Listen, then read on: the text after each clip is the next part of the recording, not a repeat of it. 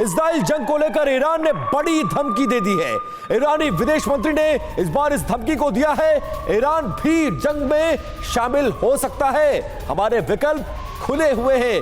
साफ किया है अपने इरादे और ईरान शुरू से इस युद्ध में फिलिस्तीन का साथ देता हुआ नजर आ रहा है।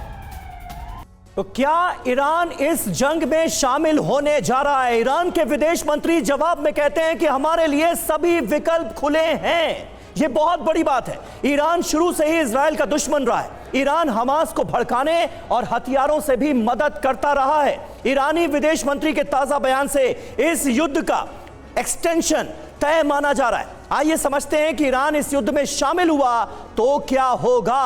क्या ईरान युद्ध में शामिल होगा? ईरान के जंग में शामिल होते ही पूरा मिडिल ईस्ट जंग की चपेट में आ जाएगा विपिन। और शुरुआत से बेशक अभी शामिल ना हुआ हो, लेकिन समर्थन देता रहा है लेबनान, इराक, सीरिया, जॉर्डन समेत कई कट्टर देश इस जंग में खुलकर आ सकते हैं ईरान के शामिल होने के बाद समेत। बिल्कुल, ईरान जंग में शामिल हुआ तो अमेरिका और यूएन के लिए हालात को संभाल पाना बहुत मुश्किल हो जाएगा। एक मजबूत देश अगर आकर हमास के साथ खड़ा हो जाए, फिलिस्तीन के साथ खड़ा हो जाए तो सिरदर्दी और बढ़ जाएगी। और जिस तरह से जंग हो रही है, जिस तरह से इजराइल जवाब दे रहा है, उसको लेकर रुख भी अपना साफ किया और कहा कि इजराइल जो कर रहा है वो नरसंहार और युद्ध अपराध से कम नहीं है। ईरान ने अपने इरादे साफ कर दिए। बिल्कुल, और हिजबुल्लाह आक्रामक हुआ तो इजराइल में भूकंप आने से कोई रोक नहीं सकता, यह कह दिया है ईरान ने। वो हिजबुल्लाह जो लेबनान की धरती से लगातार इजराइल को निशाना बना रहा है, ईरान के ही कहने पर। और सीरिया भी इस युद्ध में कूदता हुआ नजर आ रहा है और इस मौके का फायदा ईरान इजराइल से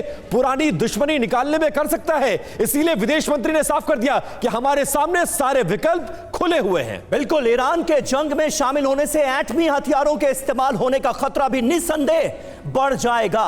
इसीलिए वो बहुत खतरनाक स्थिति होगी, ये कहा जा रहा है। और देखिए, इस तरफ ये जंग चल रही है, वहां पुतिन और शी जिनपिंग की मुलाकात, और ईरान जंग में शामिल हुआ तो रूस और चीन, जिसकी हम चर्चा कर रहे थे, पर्दे के पीछे और भी सक्रिय हो सकता है। और ये मुलाकात इस वक्त चाइना में हो भी रही है। बिल्कुल, और हमारे साथ तमाम खास मेहमान इस वक्त मौजूद हैं। ब्रिगेडियर डीएस त्रिपाठी, किस तरह से आप ईरान की भूमिका को देखते हैं? क्योंकि एक थॉट जहन में बार बार हर किसी के यह भी आ रहा है कि ईरान को पता था कि हमास के जरिए अगर इजराइल पर हमला करवाया जाएगा तो इसका अंजाम क्या हो सकता है, लाखों फिलिस्तीनियों की जान भी जा सकती है। उसके बावजूद भी हमास की इस करतूत को सपोर्ट किया गया। आगे क्या खुलकर जंग भी लड़ सकता है ईरान क्या? समीर, देखिए, इजराइल और ईरान के बीच की दुश्मनी तो कई सालों से चल रही है जी। और ईरान काफ़ी पहले से कहता आ रहा है कि इजराइल ने ही उसके जो न्यूक्लियर एस्टेब्लिशमेंट्स हैं उस पर उसने साइबर अटैक किया, उनको इनइफेक्टिव किया। इजराइल भी हमेशा बोलता रहा है कि न्यूक्लियर कैपेबिलिटी ईरान की जो है ख़त्म करना है। दूसरी चीज़, हमास और हिजबुल्लाह दोनों को जो है ईरान से बहुत मदद मिलती रही है। इनफैक्ट हमास को तो तकरीबन $500 मिलियन हर साल तो ऐसे ही ईरान से मिलते रहे हैं। तो जो अभी आपने कहा कि ईरान को पता था, और ये न्यूज़ में भी यही आ रहा है कि ईरान को पता था कि हमास की ये कार्रवाई होगी। इजराइल ने तो यहाँ तक कहा है कि ईरान ने ट्रेन किया था हमास को इस पूरी कार्रवाई के लिए। और ईरान के कहने से ईरान के विदेश मंत्री ने अभी 3 देशों का दौरा किया था। लेबनान भी गए थे, हिजबुल्लाह से मिले थे, वो जो है सीरिया भी गए थे, और दोहा भी गए थे। बात की, दोहा भी गए थे और वहां पर हमास के चीफ से मिले थे और कहा था कि हम आपके साथ हैं।